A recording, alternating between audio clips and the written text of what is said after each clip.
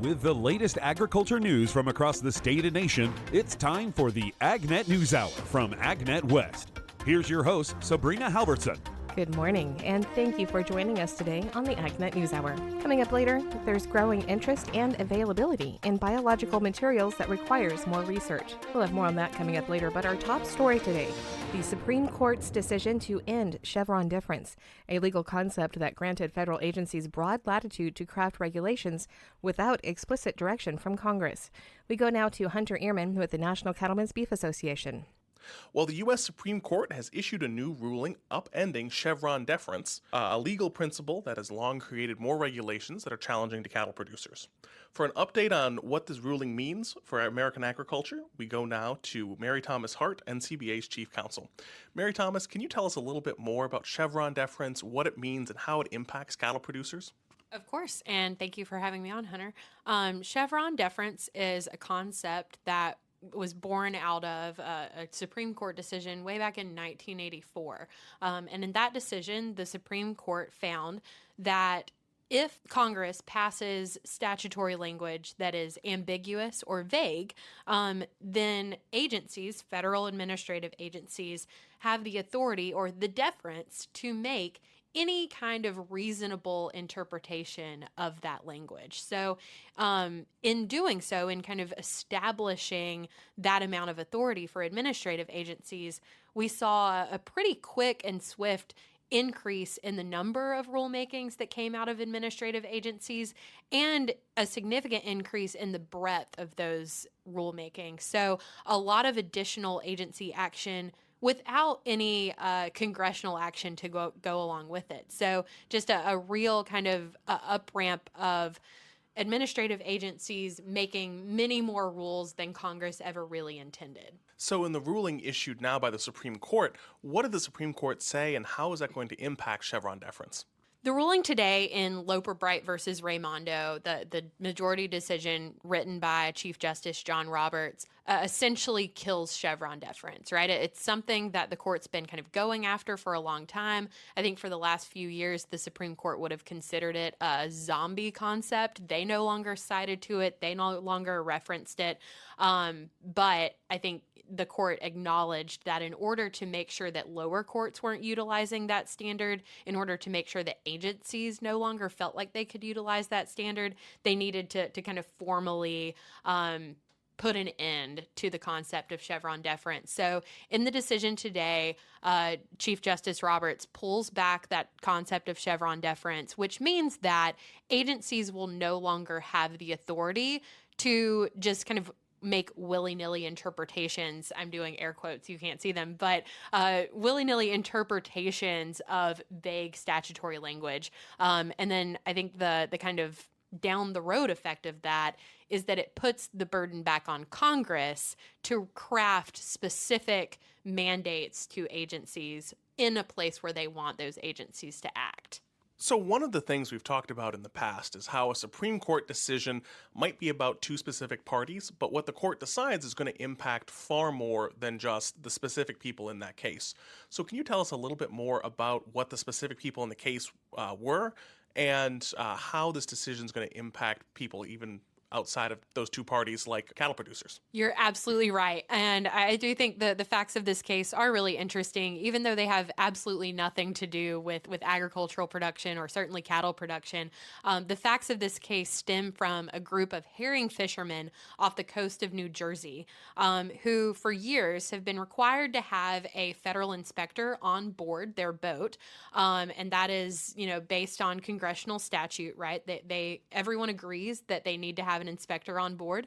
But during COVID, the agency in charge of kind of managing those inspectors changed up how those inspectors were going to be staffed and how they were going to be paid. So they shifted the burden of paying those inspectors to the herring fishermen. the fishermen who may or may not make any money when they go out on the water, right? So the concern from the group of fishermen was that, the people who were working on the boat, the people who were fishing, may come back to shore with no fish, with no money, but they're still going to have to pay out the inspector. And that decision, that change in policy, was made entirely at the agency with no congressional action to support it. So that was kind of the impetus for this action. That was the fact pattern, but certainly the decision is much more far-reaching than just that set of facts.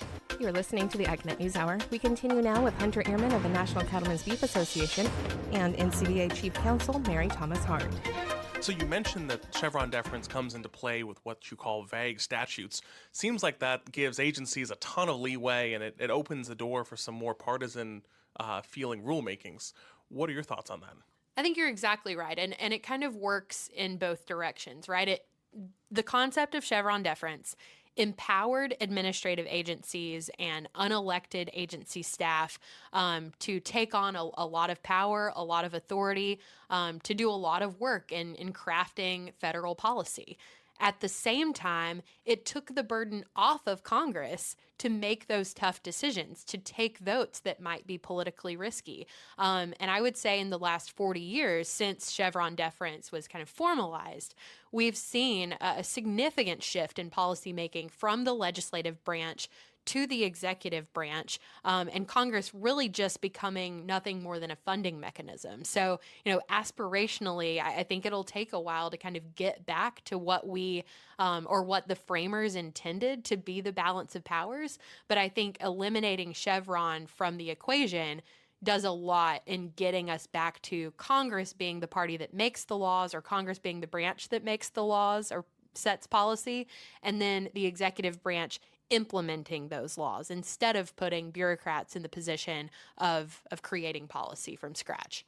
It seems like, especially this year, we've been talking more about regulations than about legislation. We're talking a lot about rules coming from USDA, from the Department of the Interior, from the Fish and Wildlife Service, from the BLM. How are those rules going to be impacted by this court decision? That's a great question. We got the decision from the court less than 20 minutes ago, and it is quite a long decision. So I haven't had a chance to kind of dig into the details of the decision yet. I think one of the big questions that we're going to be asking in this town for the next couple weeks is, how does this apply to rules that are already on the books? There's going to be some work that has to be done. It certainly implicates any rulemakings that are already in process, right? But I think, we're going to have to do some more work to see how this impacts rules that are already on the books, and how this is going to impact future rulemakings. But I would say impacts for the cattle industry kind of run across the government, right? Whether we're talking about environmental regulation at EPA, regulations at USDA, FDA, the Department of Interior, even those, agencies that we've become well acquainted with in the last couple of years, agencies like the SEC. I think it's certainly going to have cross-administration impact. So if you're sitting working at a federal agency now, thinking about putting some rules forward, how is the loss of Chevron deference going to play into your calculation? It's going to play a pretty significant role, right?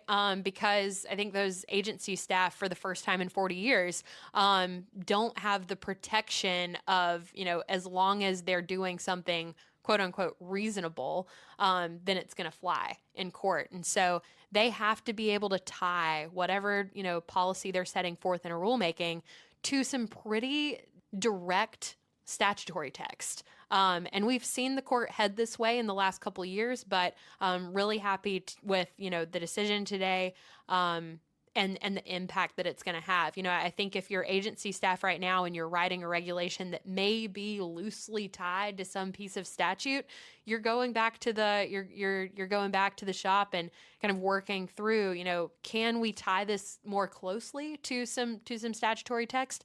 And if not, there's a real risk that final rule gets shot down in court. So from the congressional perspective, how do you think congressional policymaking is going to look different moving forward? If I'm just, kind of looking into a crystal ball, which I don't usually like to do, but, we'll prognosticate that today it's the summer, it's the end of the Supreme Court term. It's an election year, we can have a good time. I think that there's going to be some reluctance at the legislative branch to begin, because you have a lot of people who were elected to Congress under this guise of kind of their job being to maybe fund administrative agencies. And so we have a Congress right now that really isn't used to taking a lot of tough votes, a lot of, politically risky votes. And so there'll be some growing pains, I think, within the legislative branch and on Capitol Hill. And we'll have to get members of Congress or, get members of Congress that are already on the Hill up to speed and comfortable taking those votes, or, a crop of legislators that are comfortable taking those politically risky votes. I'm excited. I'm optimistic, that we can finally kind of restore the balance of powers. But I don't think it's going to happen overnight by any means. I think we've only just seen kind of the force and full effect of Chevron deference, and it took us 40 years to get here. I hope it doesn't take us 40 years to get back, but it's not going to be a quick overnight process. It seems like this has been such a monumental Supreme Court for us with all of these major decisions coming out. WOTUS, now Chevron deference. Is there anything else out there coming that could potentially impact agriculture, or have we seen the most of it?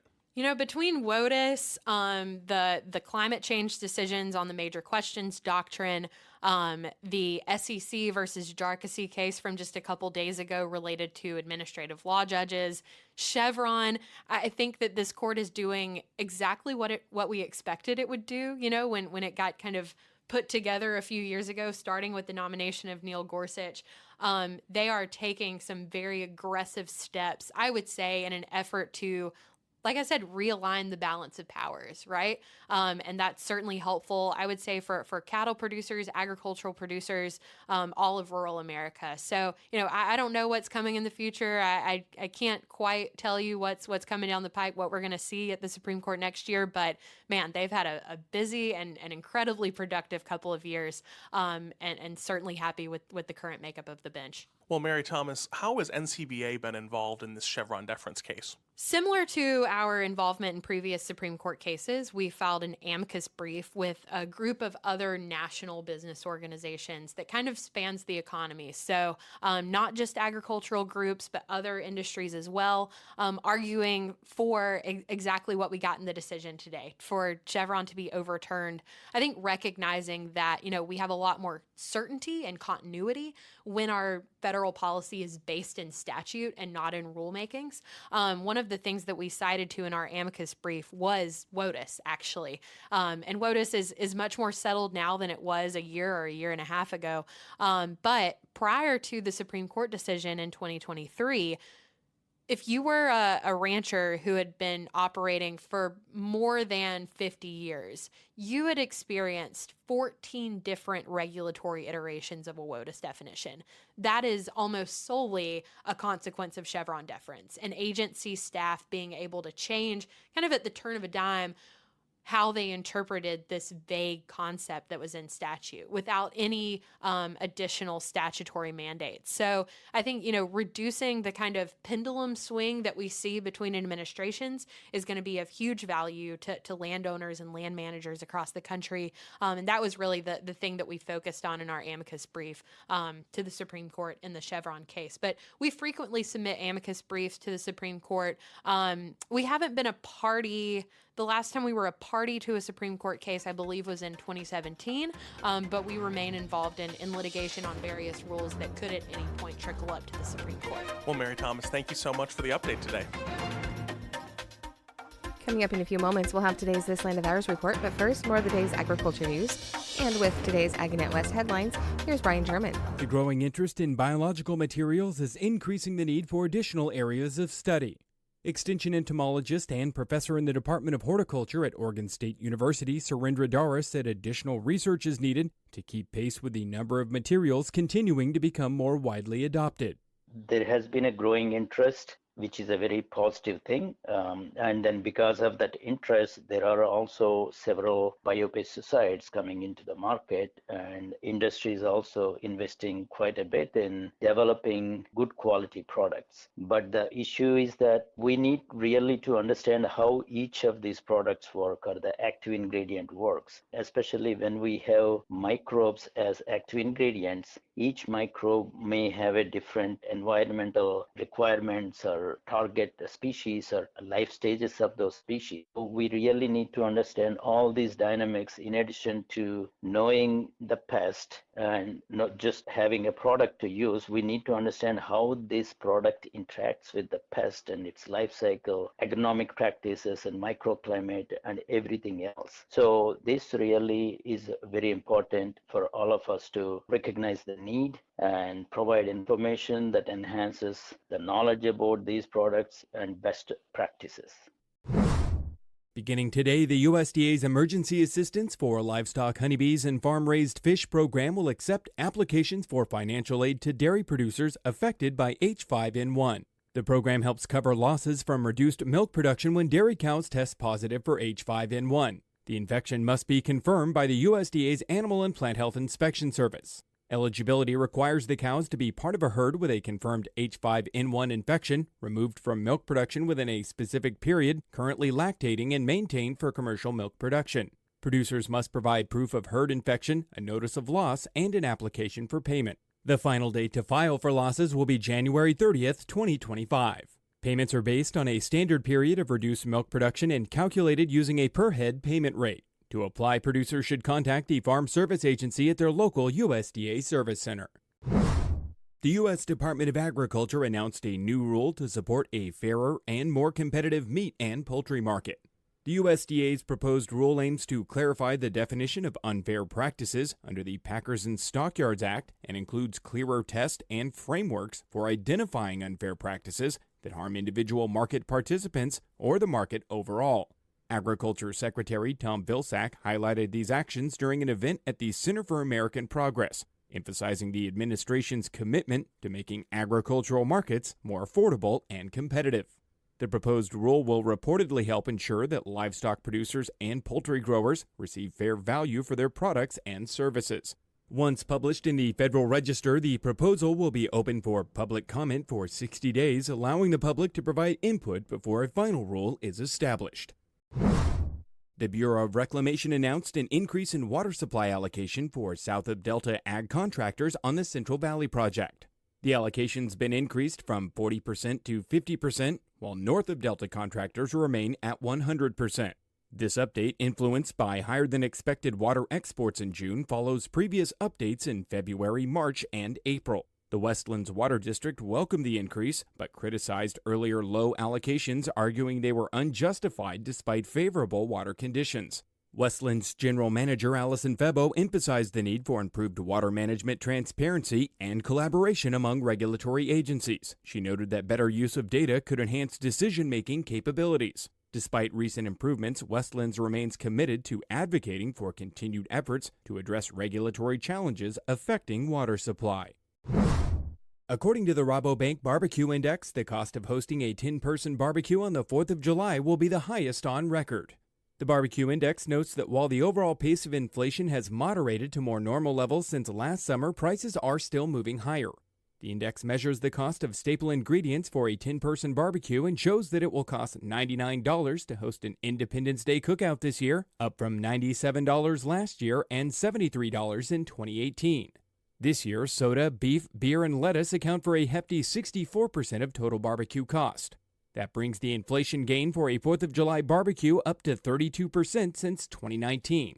Factors like geopolitical challenges, droughts, and rising costs have pushed overall food prices up by 25% between 2019 and 2023, with an additional 2% rise in 2024 tipping consumer tolerance.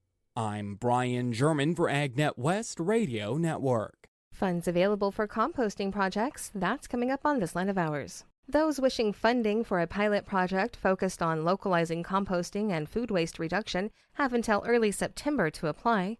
Office of Urban Agriculture and Innovative Production Director Brian Gussie explains the collaboration and purpose behind cooperative agreements in composting and food waste reduction. These cooperative agreements are led by local governments and other eligible entities to create compost, increase access to compost for agricultural producers, reduce reliance on and limit the use of fertilizer, improve soil quality, encourage waste management and permaculture business development, increase rainwater absorption, reduce municipal food waste, and divert food waste from landfills. We give priority to projects that anticipate or demonstrate economic benefits that incorporate plans to make compost easily accessible to urban farmers, including community gardeners. You're listening to the AgNet News Hour. This 4th of July, grills across America will fire up for cookouts. On this edition of Agriculture USA, Gary Crawford has some tips from an expert on how to keep those cookouts from being sickouts. Here's Gary Crawford.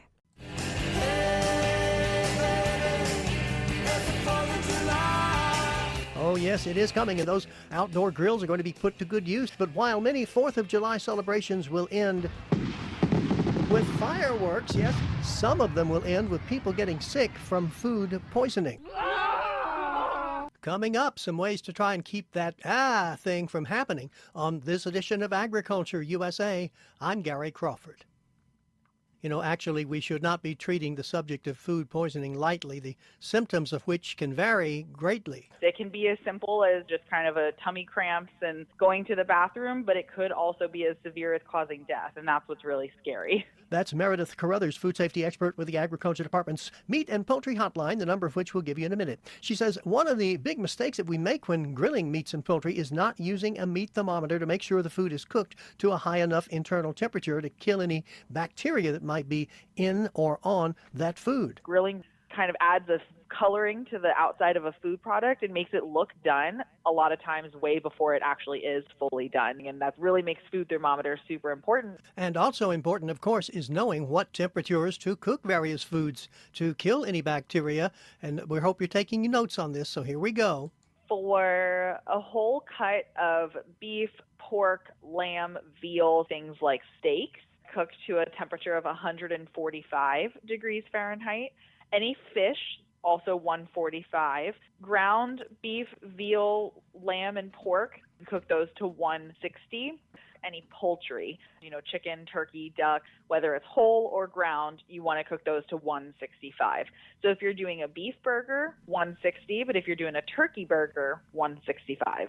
If for some reason now you didn't get that memorized, just go online and search USDA recommended safe cooking temperatures and they'll pop up for you.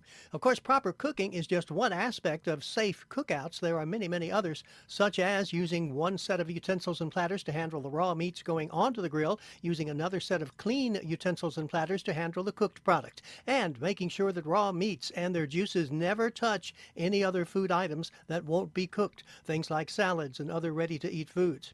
However, there are two very important things that many people are either ignoring or just don't realize how important they are in helping to keep people safe from food-related illnesses.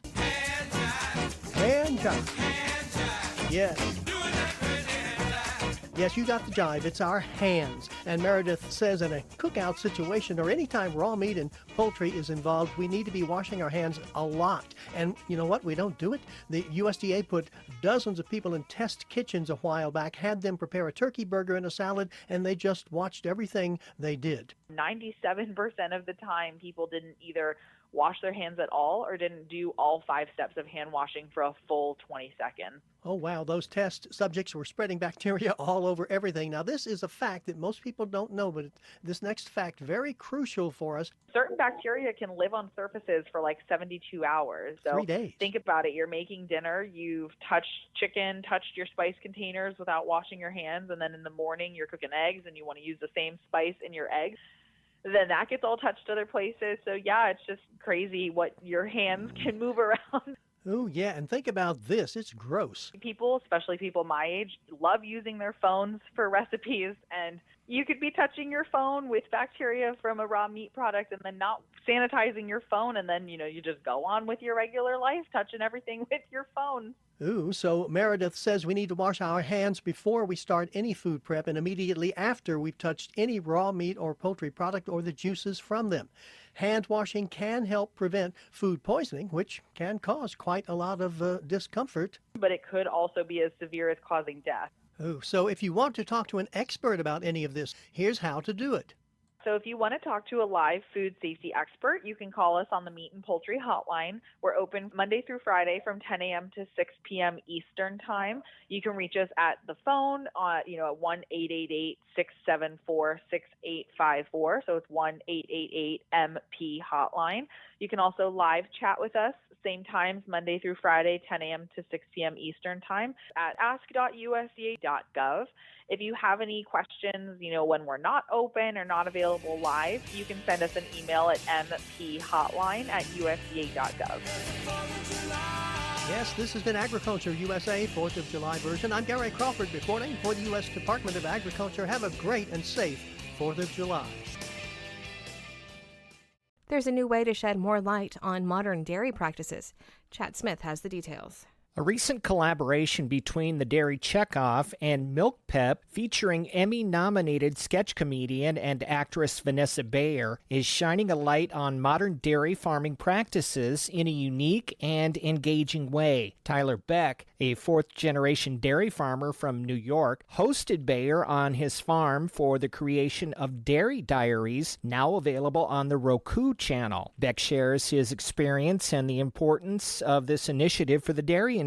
He describes Vanessa Bayer's hands-on involvement during her visit. She started milking cow by hand, and then we got to show her the real parlor, how we milk today's age, not how we did it 50, 60 years ago. And then she got to load that milk into the parlor and hopped in with the truck driver and took it to our plant, unloaded it, and saw how we processed it and how the end result looked. And I think it was really cool to take not only her, but the consumer through her eyes, through that entire process of milk out of the cow to the parlor, out of the tank, and then to the plant. Beck's perception of a celebrity's involvement in dairy farming evolved positively after his week with Vanessa Bayer, and he found the experience to be engaging and insightful. You could tell she was a professional comedian. She was hilarious to work with, very quirky. Loved the skits I researched ahead of time for Saturday Night Live just to prep myself about who I would be working with for a week. And she was up for anything, which made the week really fun. Efforts such as Dairy Diaries are crucial in showcasing the dedication and hard work of dairy farmers while increasing consumer trust and understanding of where dairy products come from. So I think this is a really unique way. We allowed basically full transparency onto our operation and showed people where their milk comes from, and if it's milk that they're consuming through ice cream, through yogurt, cheese, or just straight milk on the shelf, and hopefully have a sounder understanding of the backstory on it and how it gets to the fridge. Dairy Diaries is available to stream for free on the Roku channel. For more information about the Dairy Checkoff, visit usdairy.com. Chad Smith reporting.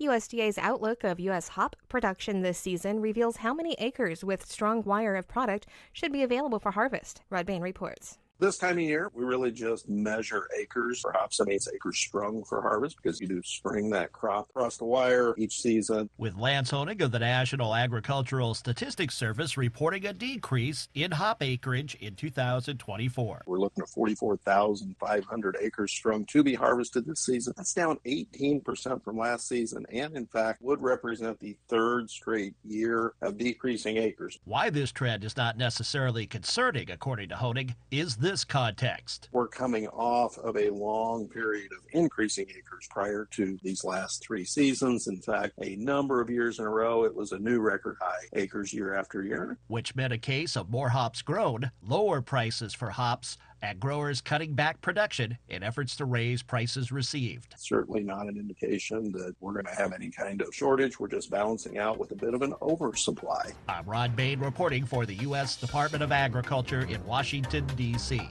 This is the AgNet News Hour. We will be back in just a moment with more agriculture news. This is the AgNet News Hour. Brian German has today's featured interview with Karen Ross, Secretary of the California Department of Food and Agriculture. And we're here at the second annual Biological Summit here in Salinas, and you were one of the two people kind of kicking this event off, and just wanted to ask you from a CDFA standpoint, the role that biologicals might play and the interest there kind of moving forward with the idea of sustainable pest management. Sure. So for For us, we care about it deeply because of the many challenges facing growers that are just escalating with climate change, the more invasive pest introductions, longer season, more generations, fewer tools, resistance. There's a whole combination of that. And I think we set that stage really well last year, but little did I know that we would later last year end up with a historic infestation of fruit flies. And so I used our example because we were asked what changed since last year, of just what we lived through this past year, which is a perfect example of integrated pest management, but all the things that I'm hopeful biologicals can bring to our public programs in addition to really adding value to what a grower faces on a routine basis. And there was kind of a couple instances or programs or avenues that might help facilitate either some education or some trials, or maybe integrating some more of these biological options, and how CDFA can help there. So what role might CDFA play, or what programs might be available to support this effort? Yeah, so I really appreciate that question. And we have had some discretionary one-time dollars for sustainable pest management, which for us was restarting a program that the university used to fund, and it hasn't been funded for 15 years, biologically integrated farming systems. Very popular. It's a way of bringing a whole commodity group or a whole region around a particular pest issue, and then doing the trials, engaging the growers, providing technical expertise. And we've been able to fund a few of those programs over the last 3 or 4 years. We're also making funding for what we call proactive IPM, which, you always have to wonder, are we just sending people to chase the good pests? But you can start to see, what if X came here? What would we have in our toolbox as early as possible? Because the chances of that happening are very, very real. And so we've had some good projects proposed for that one. And then, of course, we've been able to bump up some of our funding in IR4, which does important work, especially for our specialty crops, which don't have the acreage and tend to get overlooked in the development of new products, trying to get the trial work done, get the data so that it's easier for registrants to start their registration process. Those are things we've been able to do. I believe that if we can really collaborate more closely with industry and our friends in academia, and we've got kind of a master plan approach of the technologies and tools that we're looking for, perhaps we can better position our California researchers with industry partners to draw down some federal dollars for funding programs that can make a huge difference for our specialty crop growers. And that was one thing that you had noted of, I think everyone's aware of the budget situation in California, but you were first to kind of reiterate that budgets go up and they go down, and it's just cyclical in nature, and you're still looking forward. I am looking forward. Obviously this year, there's going to be quite a bump in the mill increase, and so I think you heard Director Henderson reference the work they're doing to try to improve and bring lots of efficiencies to the registration process, the reevaluation process, and hopefully that work will lead us to some additional tools, whether they're biopesticides or other. I also thought it was very interesting, the panel that followed that, which was a global look at what's happening in Canada, the EU, Brazil. I thought that was really important to listen to that. Do we have a regulatory framework that will lend itself to really pushing up some of the more biologically based solutions? We just went through that on the fertilizer side with biostimulants. One of our really bright and talented young men in our fertilizer regulation program chaired a national committee to get a standardized definition through on biostimulants, which there's huge interest in by growers of all sizes these days. So I'm excited about the future.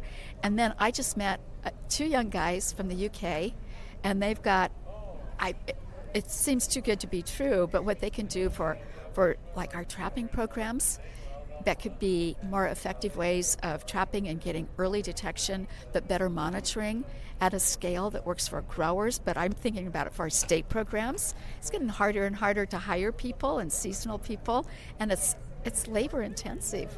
It's labor intensive. So I'm excited about conversations like this and seeing the the size of the audience, almost double, just shows the interest and the desire to work on this, getting a better landscape of where the investment dollars are on this. And then how do we help solve some of the barriers that are presented on that? And education and outreach with growers, job number one for all of us. And just lastly here to kind of recap, you touched on it, it was quite a year for some flies and various crops. Yeah. Just wanted to highlight, it was a pretty expansive effort that covered a wide range of things from CDFA. So how was that deployed, and what measure of success was seen there? So it was a very frightening situation. It still is, that just how close we could have lost the whole thing. But when you find the numbers on one particular pest, oriental fruit fly was the really big one at scale that we've never seen numbers like that. There was no time to sit back and go, oh, how did this happen? It was all hands on deck. County, state, federal government working very, very closely together. It has to be a seamless operation.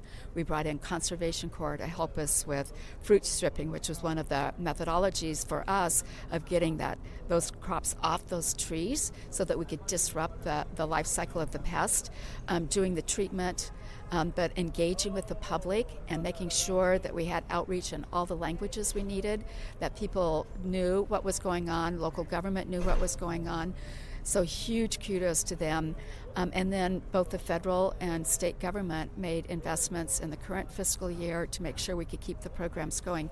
I feel there have been a very minimal fines, which we expected, but I believe that we can start shrinking quarantines as early July, which would be astounding when you looked at the situation we were in.